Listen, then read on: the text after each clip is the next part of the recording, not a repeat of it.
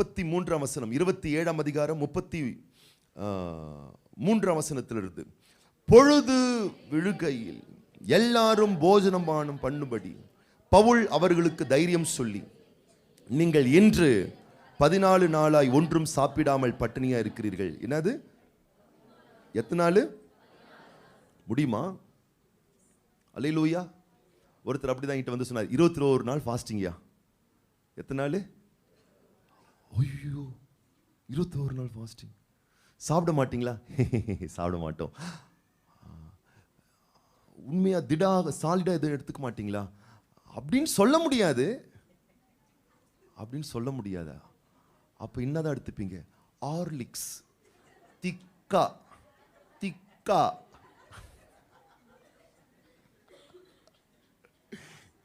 எத்தனை ஒரு நாளைக்கு 3 வேளைக்கு 3 முறை. அதாவது அப்படியே குழன்னு அப்படியே போட்டு கொஞ்சம் 2 பிரெட் ஸ்லைஸை தொட்டு. நான் சொன்னேன், என் சாப்பாடே அவ்வளவுதான் மொத்தமாவே. அதில் வேற ஃபாஸ்டிங். ஆனால் இவங்க லிட்ரலாக எதுவுமே சாப்பிடல. 14 நாட்கள் அவர்கள் ஒன்றும் சாப்பிடல. பக்கத்தில் பார்த்து சொல்லு, ஒன்றும் சாப்பிடல. காலை சாப்பிட்டீங்களா? சரி, காலை நேற்று சாப்பிட்டீங்களா? மூஞ்ச பாருங்க உங்களை. நேற்று நல்லா 3 வேளை முக்கி வீட்டில் உட்காந்துங்கன்னு எல்லாம் லீவு, எல்லாம் குறைச்சி கிரிச்சு சாப்பிட்டு மூஞ்சி பற்றி எப்படி இருக்குதுன்னு ஏதோ அப்படி பல நாள் பட்னி போட்ட மாதிரி.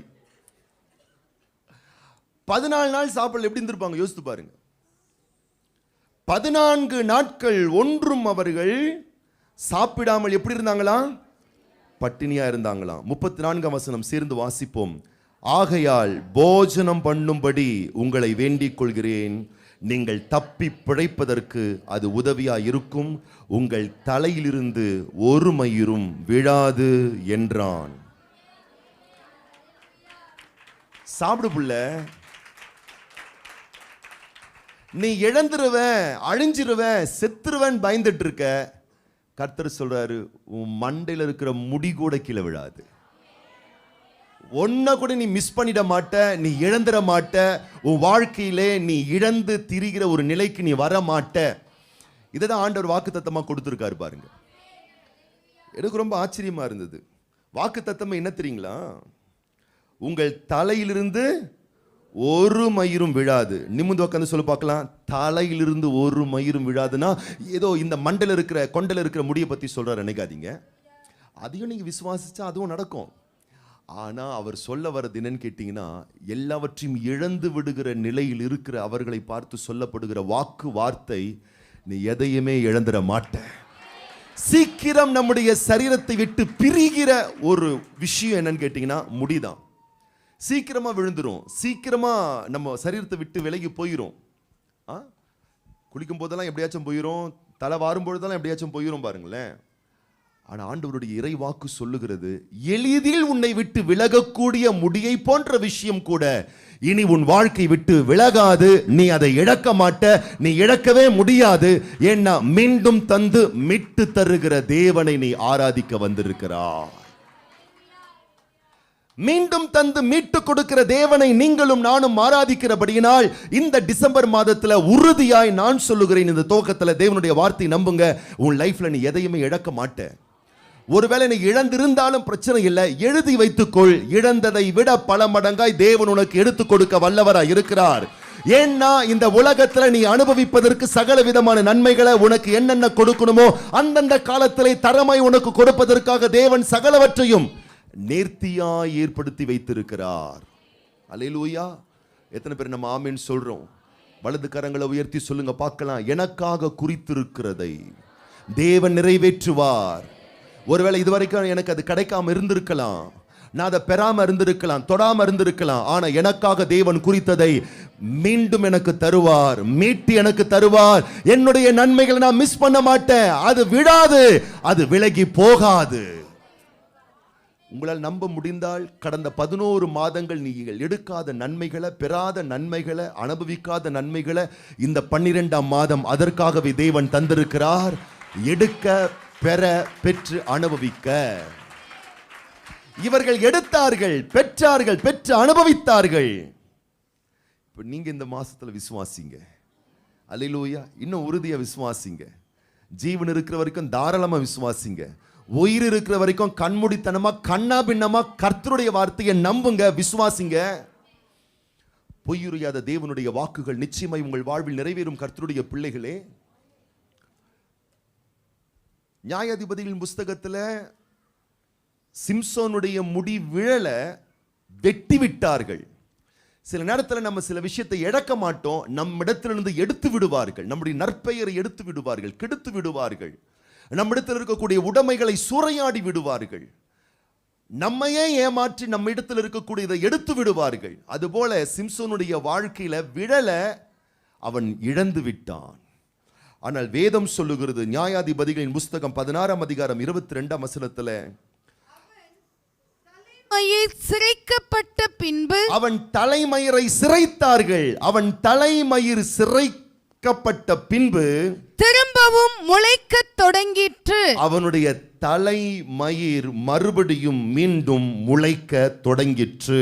ஒருவேளை கடந்த 11 மாதங்கள் நீங்கள் இழக்காத ஒன்றை இழந்திருப்பீர்களே, ஆனால் இந்த மாதம் மீண்டும் அது ஒரு முளைக்கிற ஒரு மாதமாய் உங்களுக்கு அமையும். மீண்டும் நீங்கள் அதை வளருகிறதை மலருகிறதை பார்க்கிற ஒரு மாதமாய் விசுவாசிக்கிற உங்களுக்கு அது அமையும். விசுவாசிக்கிற உங்க லைஃப்ல நீங்க அதை பார்க்க முடியும். திரும்பவும் எப்படி முளைக்க தொடங்கினதோ அதுபோல முளைக்க ஆரம்பிக்கும். பல நேரத்தில் பார்த்தீங்கன்னா அது விளறது கிடையாது, அதை எடுத்துடுறாங்க, அதை பறிச்சிடுறாங்க, அதை கெடுத்துடுறாங்க. 1 சாமுவேலின் புஸ்தகம் 30ஆம் அதிகாரத்தில் சொல்லப்பட்டிருக்கிறது, தாவீதினுடைய வீடுகளையும் அவனுடைய மனைவி பிள்ளைகளையும் அவன் ஆடு மாடுகளையும் அவனுக்கு உண்டான உடைமைகளையும் அவனுக்கு சொந்தமான அத்தனை நன்மைகளையும் அமலேக்கியர்கள் எடுத்து விட்டார்களாம், பறித்து விட்டார்களாம். அவன் இழந்த ஒரு பட்டமரமா இருக்கிறானாம். என்ன தெரியுமா செஞ்சானா? இப்ப வாசிக்க நேரம் இல்லைனா முடிச்சிட போறேன், வீட்டில் போய் வாசித்து பாருங்க.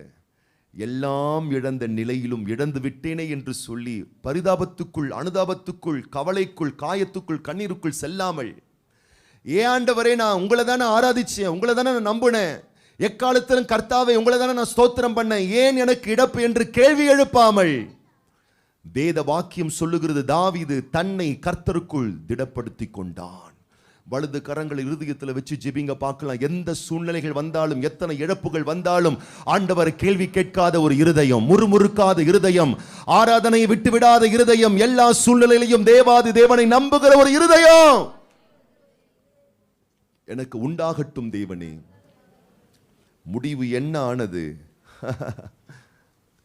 அவன் இழந்த ஒண்ணு கூட அவன் விட்டுவிடல. வாசிங்க பார்க்கலாம். 1 சாமுவேல் 30:19 வாசிங்க. கொள்ளையாடி கொண்டு போன எல்லாவற்றிலும், சிறியதிலும் பெரியதிலும், குமாரரிலும் குமாரத்திகளிலும் ஒன்றும் குறைபடாமல் எல்லாவற்றையும் தாவீது திருப்பிக் கொண்டான். எல்லாத்தையும் எடுத்தான். அல்லேலூயா. நீங்க காத்துட்டு இருக்கீங்களா? நம்பிக்கையோடு இருக்கீங்களா? விசுவாசத்தோடு இருக்கீங்களா? டெஃபினட்டா உங்க லைஃப்ல நீங்க பாருங்க, எல்லாவற்றையும் திரும்ப நீங்கள் எடுப்பீர்கள். எல்லாவற்றையும் ஆண்டவர் எடுக்க வைப்பார். கர்த்தர் தான் எல்லாத்தையும் செய்ய போறார். கர்த்தர்கிட்டே கோச்சிக்கிட்டீங்கன்னா எப்படி காரியம் நடக்க போகுது? அல்லேலூயா. தாவீது கர்த்தர்கிட்ட கோச்சிக்கல, கர்த்தருடைய சமூகத்தை நெருங்கி வரான். திருமணமாகி 1, 2, 3, 4, 5, 6 ஆண்டுகள் ஆகிவிட்டது. ஒரு குறிப்பிட்ட தம்பதியார் குழந்தை பிறக்கல. மிகுந்த ஏக்கங்கள், கவலைகள், எதிர்பார்ப்புகள். 5 வருஷம் ஆயிடுச்சு, மறுபடியும் 6, 7 வருஷம் ஆயிடுச்சு, குழந்தை இல்லை. 7வது வருடத்தினுடைய முடிவிலே அந்த பெண், அந்த ஸ்திரீ கர்ப்பவதியானாள். அவளுக்கு ஒரு கர்ப்பத்தின் கனி கிடைத்தது. 7ஆம் ஆண்டிலே கர்ப்பத்தின் கனி கிடைத்த உடனே அந்த பெண் மிகுந்த மகிழ்ச்சி உள்ளவனாள். மிகுந்த மகிழ்ச்சி அவளுக்கு வந்தது. ரொம்ப சந்தோஷப்பட்டா. அந்த பெண்ணுடைய தாய் தகப்பனர், குடன் பிறந்தோர், குடும்பத்தாரெல்லாம் ரொம்ப ஹாப்பி ஆயிட்டாங்க. வா, 7 வருஷத்துக்கு அப்புறம் கர்த்தர் ஒரு கர்ப்பத்தின் கனியை கொடுத்திருக்கிறாரு. அந்த பெண்ணுடைய கணவருக்கு இன்னும் பெரிய சந்தோஷம். அந்த கணவருடைய தாய் தகப்பன்மாருக்கு, உடன் பிறந்தோருக்கு, குடும்பத்தாருக்கு, அந்த 2 பிள்ளைக்கும் சந்தோஷம், 2 ஃபேமிலிக்கும் சந்தோஷம், ரொம்ப மகிழ்ச்சி. இப்போ எல்லாரும் எதிர்பார்ப்போடு இருக்காங்க. அந்த பொண்ணு அப்படியே பத்திரமா பார்த்துக்கிறாங்க. அதுக்கு வேண்டிய எல்லா நன்மைகள் எல்லாம் செய்கிறாங்க, உதவியெல்லாம் செய்கிறாங்க. ப்ராப்பராக அதுக்கு ட்ரீட்மெண்ட் எல்லாம் பார்க்கறது, மெடிசன்லாம் கொடுக்கறது, செக்கப் போகிறது எல்லாம் அழகாக பார்த்துட்டு இருக்காங்க. பேபியும் ரொம்ப நல்லா இருக்கு, அந்த பிள்ளை ரொம்ப நல்லா இருக்கு, நல்லா போயிட்டு இருக்கு. ஒவ்வொரு மாதம் ஆக ஆக ஃபேமிலிக்கும் எதிர்பார்ப்பு ரொம்ப அதிகமாயிருச்சு. ஒரு வாரிசு வரப்போகுது, ஒரு வாரிசு கிடைக்க போகுது அப்படின்னு சொல்லிட்டு 1 மாதம் 2 மாதம் 3 மாதம் குறிப்பிட்ட நாளிலே அந்த பெண்ணுக்கு பிரசவ வலி வருகிறது. அந்த பிரசவ வலியின் நேரத்தில் மருத்துவமனைக்கு அழைத்து கொண்டு செல்கிறார்கள். அந்த லேபர் வார்டில் கொண்டு போய் அந்த பிள்ளையை சேர்க்கிறார்கள். இப்போ குழந்தை பிறக்கிற ஒரு நேரம். அந்த பெண் மிகவும் ஆண்டவர் மேல் பற்று உள்ள ஒரு பெண், விசுவாசிக்கிற பெண், ஜெபிக்கிற ஒரு பெண். இப்போ குழந்தை பிறக்குது. குழந்தை பிறக்கிறத தாய் கண்ணால் பார்க்கிறாள். வெளியே இருக்கிறவங்களாம் எதிர்பார்ப்போடு இருக்கிறாங்க, குழந்தைய பார்க்க போறன்ற எதிர்பார்ப்போடு. பிறந்த குழந்தை சுவாசிக்க இப்போ போராடுது, தவிக்கிறது.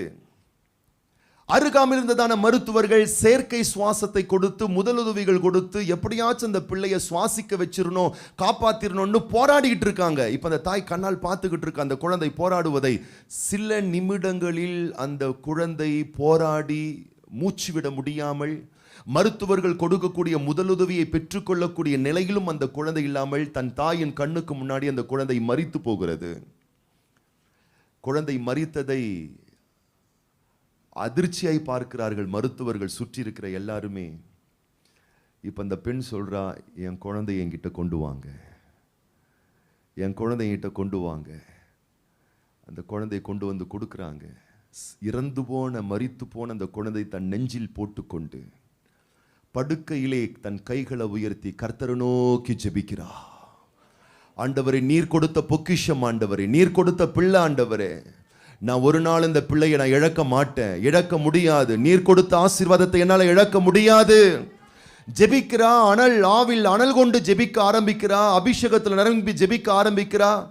அருகாமல் இருக்கக்கூடிய மருத்துவர்கள் அவளை தொந்தரவு செய்யவில்லை. மரித்து போன குழந்தையை வைத்து அழுது தன்னுடைய துக்கத்தை அவள் ஆற்றிக்கொள்ளட்டும் என்று அவர்களும் கண் கலங்கி பார்த்து கொண்டிருக்கிறார்கள். இவள் அழுது புலம்பி கலங்கி தவித்து ஆவில் நிரம்பி அந்த குழந்தையை தன் மார்போடு நெஞ்சோடு அணைத்து ஜெபித்து கொண்டிருக்கும் பொழுது, இவ அழுது ஜெபிக்கும் பொழுது, கதறும் பொழுது, கத்தும் பொழுது கூடவே சேர்ந்து இன்னொரு சத்தமும் சேர்ந்து அழுவது. இவ நிதானிக்கிறா, நான் தான் அழுவுறேன், கூட சேர்ந்து யாரும் அழுவுறாங்களேன்ட்டு அவளுடைய அழுகை சத்தத்தை நிறுத்திய பிறகுதான் அவளுடைய காதில் கேட்ட ஒரு சத்தம் யாரோ ஒருவருடைய அழுகை சத்தம் அல்ல, தான் செத்து போன குழந்தையினுடைய அழுகுரல். மீண்டும் அது உயிர்ப்பிக்கப்பட்டது. அந்த குழந்தை அழுகிறது, அதற்கு மீண்டும் ஜீவன் வந்தது, உயிர் வந்தது. இது ஒரு கதை நினைக்காதீங்க, நடந்த ஒரு சரித்திர உண்மை இது. நான் சொல்லுகிறேன், கர்த்தருடைய பிள்ளைகளை, இன்றைக்கும் உங்கள் மீட்பர் உயிரோடு கூடவே இருக்கிறார். உனக்காக தேவன் ஏற்படுத்தி இருக்கிற பிளெஸிங்ஸ் அது விடாது. அதை நீ மிஸ் பண்ணிட முடியாது, அதை நீ இழந்து போக முடியாது. அப்ப இன்னைக்கு ஒரு நம்பிக்கையோடு இந்த ஆராதனையில ஜெபம் பண்ணுங்க. நம்ம ஜெபம் பண்ணி முடிக்க போறோம். கர்த்தாவே, எனக்காக குறித்ததை நிறைவேற்றுவீராக. நான் பிறந்த நாள் முதல் இந்த நாள் வரைக்கும் நான் அனுபவிப்பதற்கு சகல விதமான நன்மைகளை எனக்காக முன்குறித்து தீர்மானித்து எனக்காக தேர்வு செய்து எடுத்துக்கொண்டு தருகிற நல்ல தேவனே, கடந்த 11 மாதங்கள் ஒருவேளை என் வாழ்வில் பல தரமான நன்மைகளை நான் காணாமல் இருந்திருக்கலாம். இந்த 12ஆம் மாதத்திலே ஒரு அற்புதத்தை செய்வீராக. ஆண்டவர் உனக்காக குறித்திருக்கக்கூடிய பிளெஸிங்ஸ் நீ மிஸ் பண்ண மாட்ட, நீ இழந்துட மாட்ட. அது உன் வாழ்க்கை விட்டு விழுந்து போகாது. நீ எடுப்பா என்ற ஒரு நம்பிக்கை உனக்கு பிறக்க வேணும். இப்ப பவுல் சொல்றாரு, அப்பத்தை புசியுங்கள். மீண்டும் எல்லாரும் சேர்ந்து நம்ம வாசிக்கலாம். அப்போஸ்தலர் 27ஆம் அதிகாரம் 34ஆம் வசனம் 35ஆம் வசனம். ஆகையால் போஜனம் பண்ணும்படி உங்களை வேண்டிக் கொள்கிறேன். நீங்கள் தப்பி பிழைப்பதற்கு அது உதவியாயிருக்கும். உங்கள் தலையிலிருந்து ஒரு மயிரும் விழாது என்றான்.